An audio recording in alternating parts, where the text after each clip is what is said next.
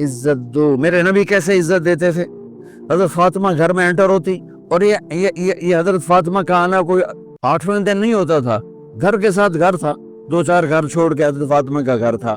ہر دوسرے تیسرے دن حضرت فاطمہ آتی ہیں. میرے نبی چیئر پہ بیٹھے, زمین پر بیٹھے, چارپائی پر بیٹھے, لیٹے ہوئے, جو ہی فاطمہ کو دیکھتے آپ کھڑے ہو جاتے. سبحان اللہ. کوئی اپنے بچوں کے لیے کھڑے ہوتا ہے؟ آپ لوگ کلاس روم میں آتے ہو تو آپ کے لیے بچے کھڑے ہوتے ہیں, اور میرے نبی کیا یہ بچے آپ کی اولاد ہیں؟ میرے نبی کھڑے ہو جاتے اور وہیں نہیں کھڑے رہتے تھے بلکہ تیزی سے آگے بڑھتے تھے اور جا کر حضرت فاطمہ کا ہاتھ پکڑ لیتے تھے مسافر کے, اور پھر دیکھو مجھے یوں بوسا لیتے, پھر ہاتھ پکڑے پکڑے پکڑے لے کر آتے, پہلے حضرت فاطمہ کو بٹھاتے پھر خود بیٹھتے تھے. تو پھر کیا جنت کی عورتوں کی سرداری مل گئی. اپنے زبان کا بول میٹھا کرو, اپنے اخلاق اچھے کرو, اپنا چہرے کو خوبصورت کرو. جو اللہ نے دے دیا, اس کو مسکرانے سے سجاؤ.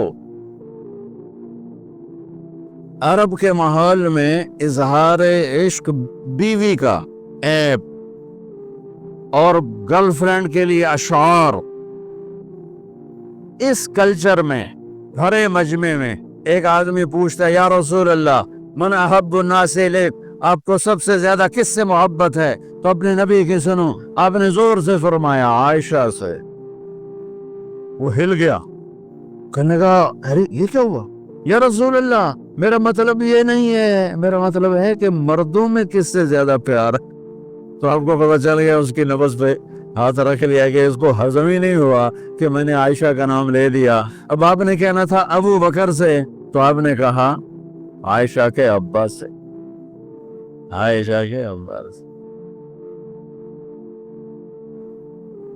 میرے نبی نے ایک زندگی سکھائی. آپ گھر میں آتے تھے مسکراتے ہوئے آتے تھے, اظہار محبت فرماتے تھے. عرب کے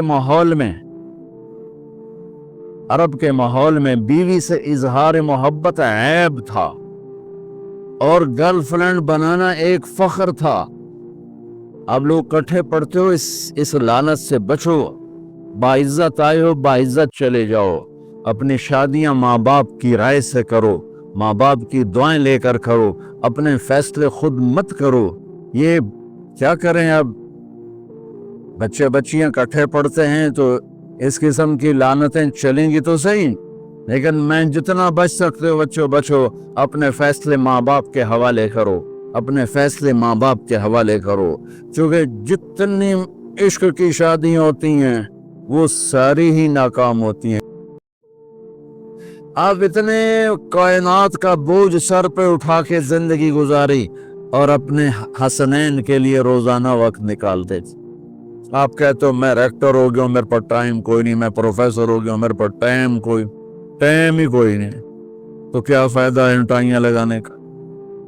اپنے بچوں کے لیے ٹائم نہیں ہے تو تم کیا کر رہے ہو, جھک مار رہے ہو؟ میرے نبی سے زیادہ مصروف کوئی آئے گا, بولو, جواب دو زور سے.